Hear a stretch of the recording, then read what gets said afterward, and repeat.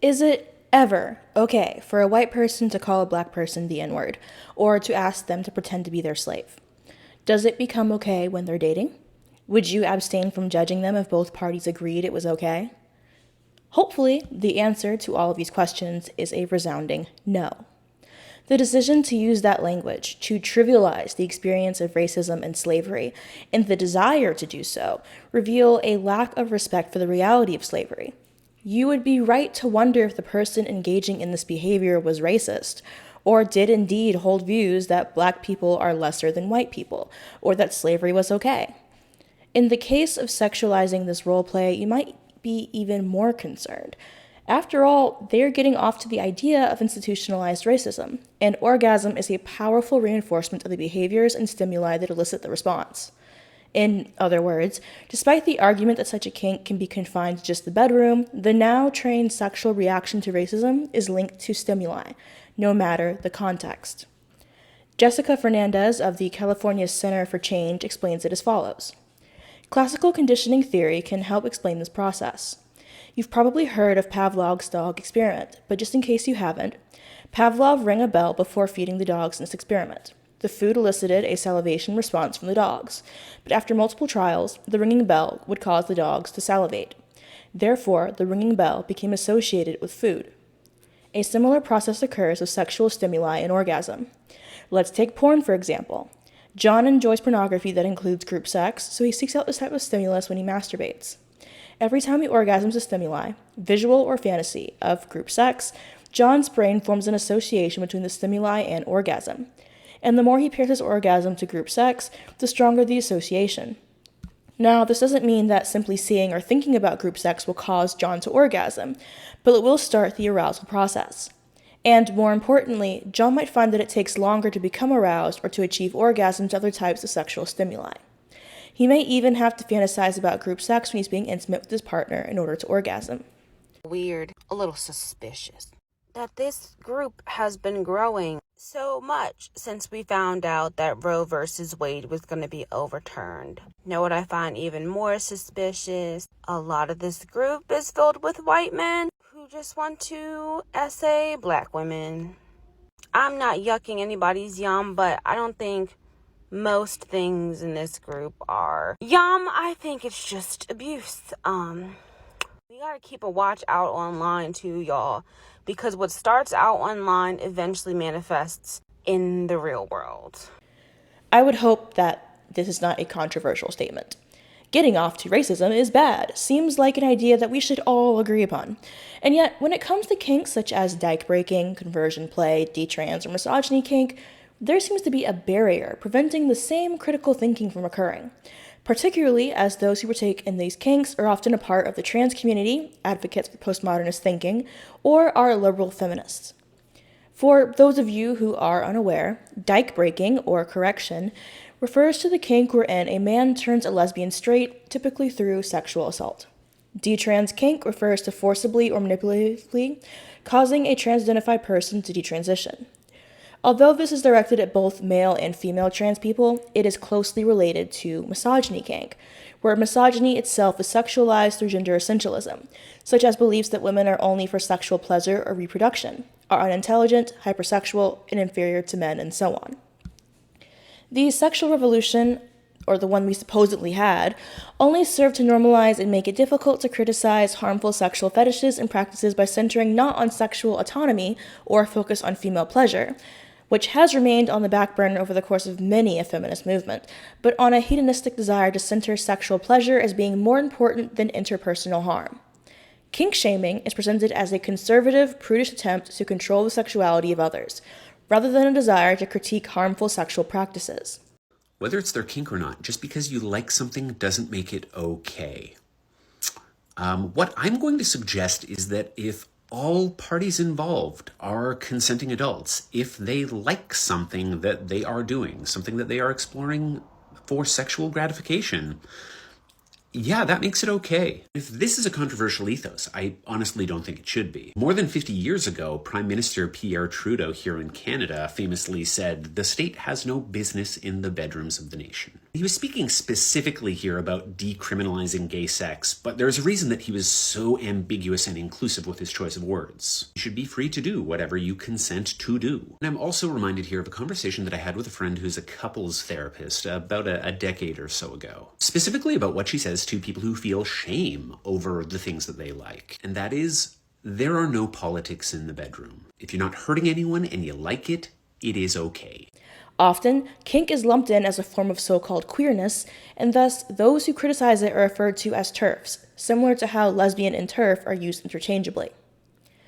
Dyke breaking is especially interesting as it illustrates the fixation on lesbians throughout the trans community and with liberals as a whole.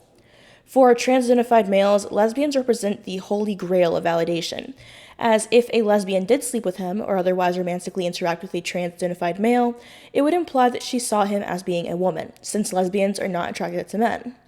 This is why so many trans activists and allies pressure lesbians to examine their genital preference, or to call homosexuality a genital fetish.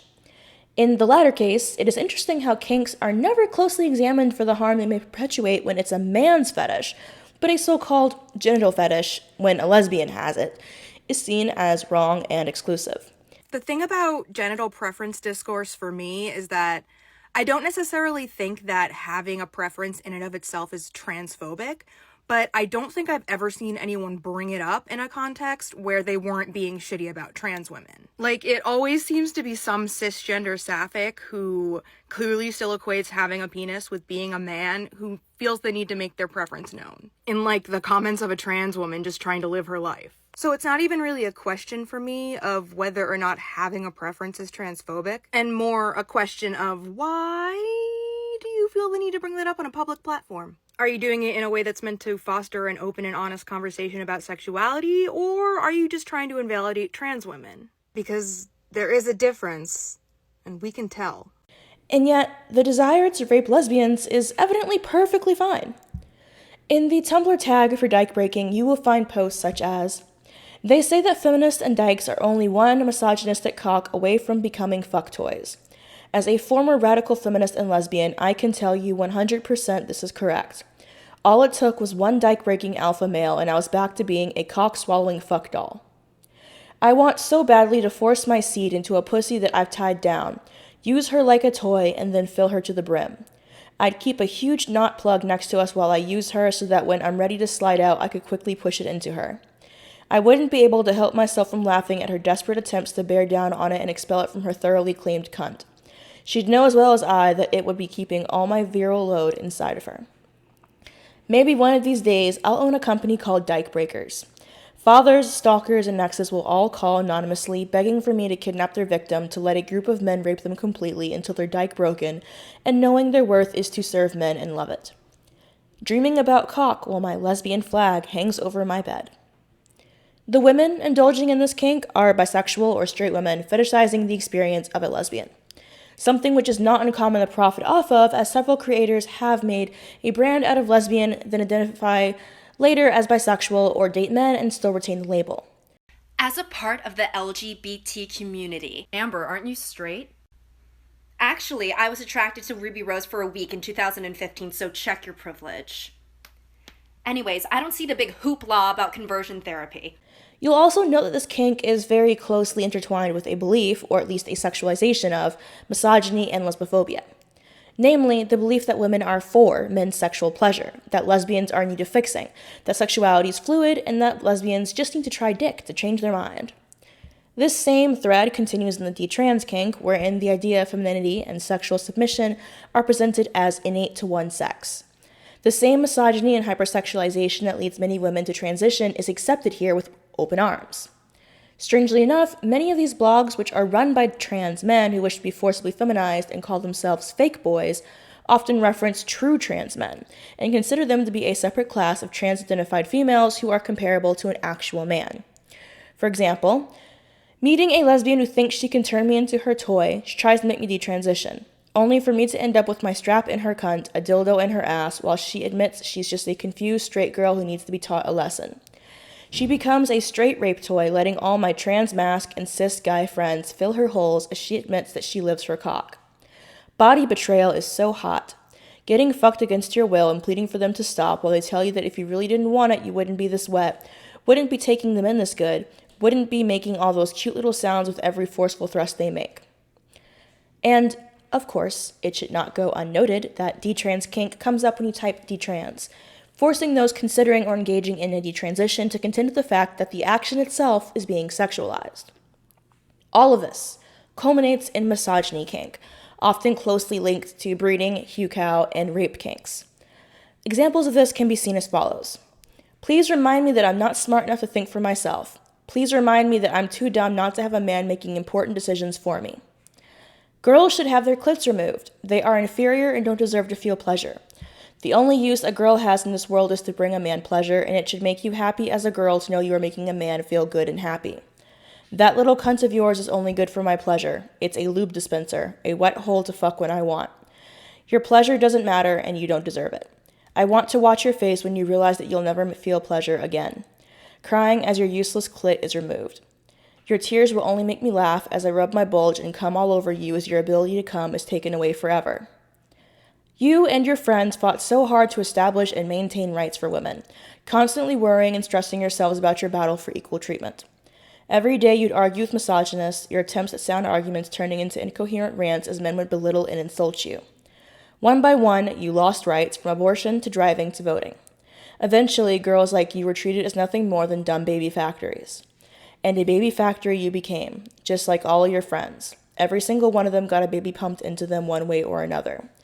Very quickly, all of you realized how utterly stupid you were. Why try to fight this? Why try to resist something which felt so natural, so good? It felt heavenly to just lay back, relax, and rub your belly as you watch the world become what it was meant to be. Sexist, misogynistic, patriarchal.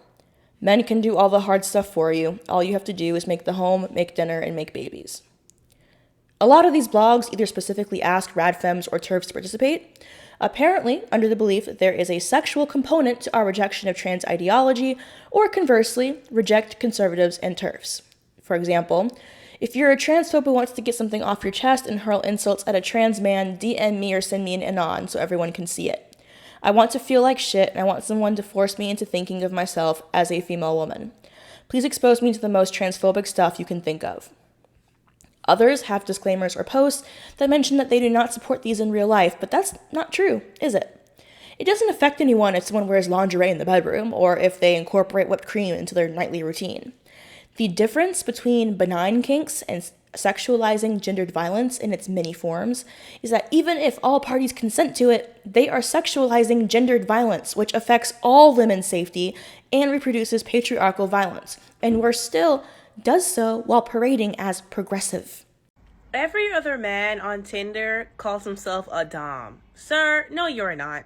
Like, some of you men are just abusive and this is your excuse to beat women up. Let's just be honest here. It is not progressive to continue to perpetuate objectification in the bedroom, any more than it's progressive or helpful to reclaim stereotypes in any other context. Bimbofication, for example, is often presented as feminist simply because a woman chose to do it, but the men around her will not care about her reasoning for doing so. The so-called irony falls flat when the result is the same, reinforcing the same stereotypes that feminists and lesbians have been fighting against for generations and still fight against today. I get so many comments like this. The problem is not that I don't understand CNC. The problem is not that I don't understand kinks and BDSM. I don't believe in it. We have fundamentally different beliefs, and no amount of explaining or attempts to educate me are going to change that. But allow me to indulge, right? Your boyfriend, he gets off on CNC, right? That makes him hard. That makes him come. That's what he likes, right? So now tell me, in his fantasies, when he gets off alone, do you think he fantasizes about the part where you say yes beforehand? What about porn? Does he watch CNC porn? How do you differentiate that kind of content from a video of a woman actually being assaulted? If he gets off on CNC, he is capable of getting off on assault and probably likes it. You know, girls comment, they'll be like, my boyfriend, he said he'd never do that. You know, he said this. You think men won't lie? You think men won't lie because it's in their best interest? Of course they're going to lie. Of course they're going to say that.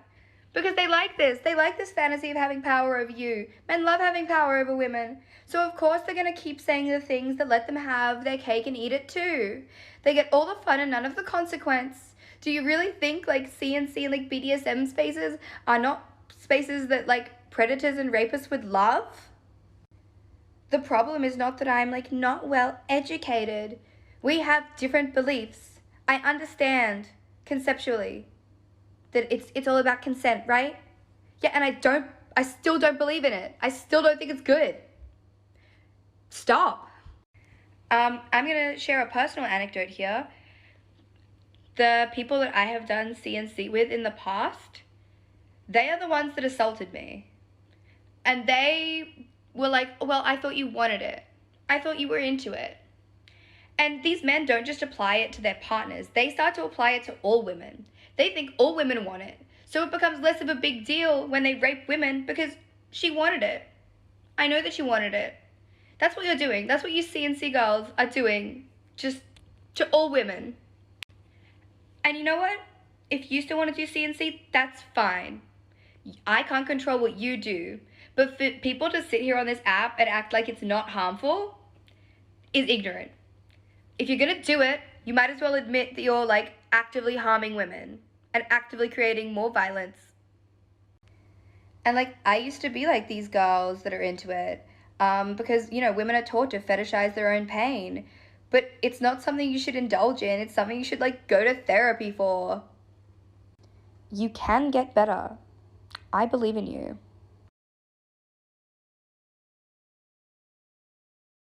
FGM still regularly occurs. Many girls and women will never have sexual pleasure and may even die from complications due to it. Lesbians are raped for their sexuality. Trans men who seek validation for their gender identity are manipulated by men who just want sex. Just because you get off to it doesn't make it any less harmful. Your orgasm doesn't negate your bigotry. Just because you choose it doesn't mean it's above criticism or elevated into empowerment. We're committed to feminism as an ideology. We need to be thinking about our political aims, which are to facilitate the social, political, economic liberation of women. And if the thing that we're talking about does not help get us to the social, political, economic liberation of women, it's not feminism.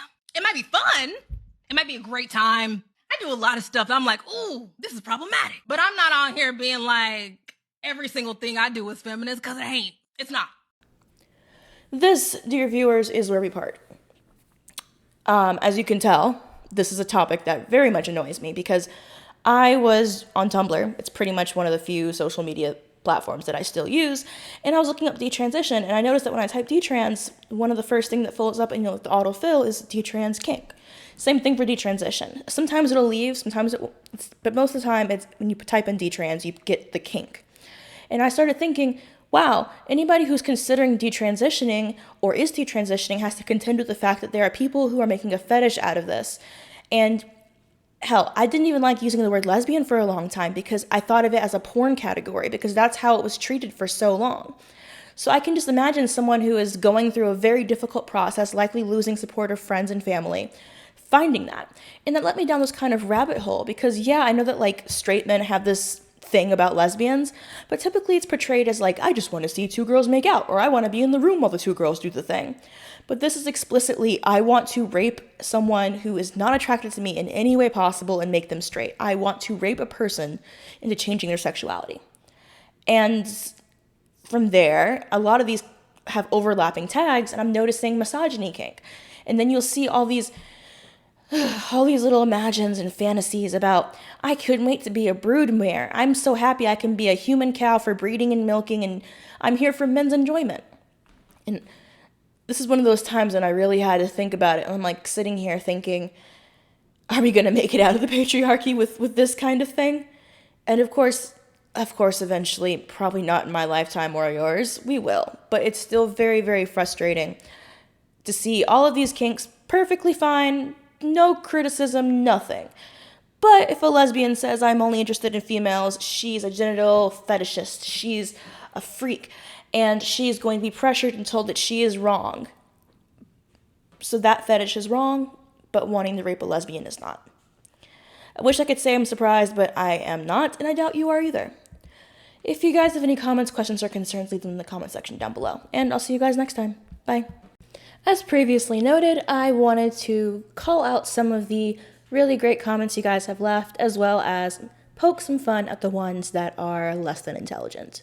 So without further ado, your ancestors who probably were trans, maybe, because many pre-colonial Africans had identities similar to modern-day trans people.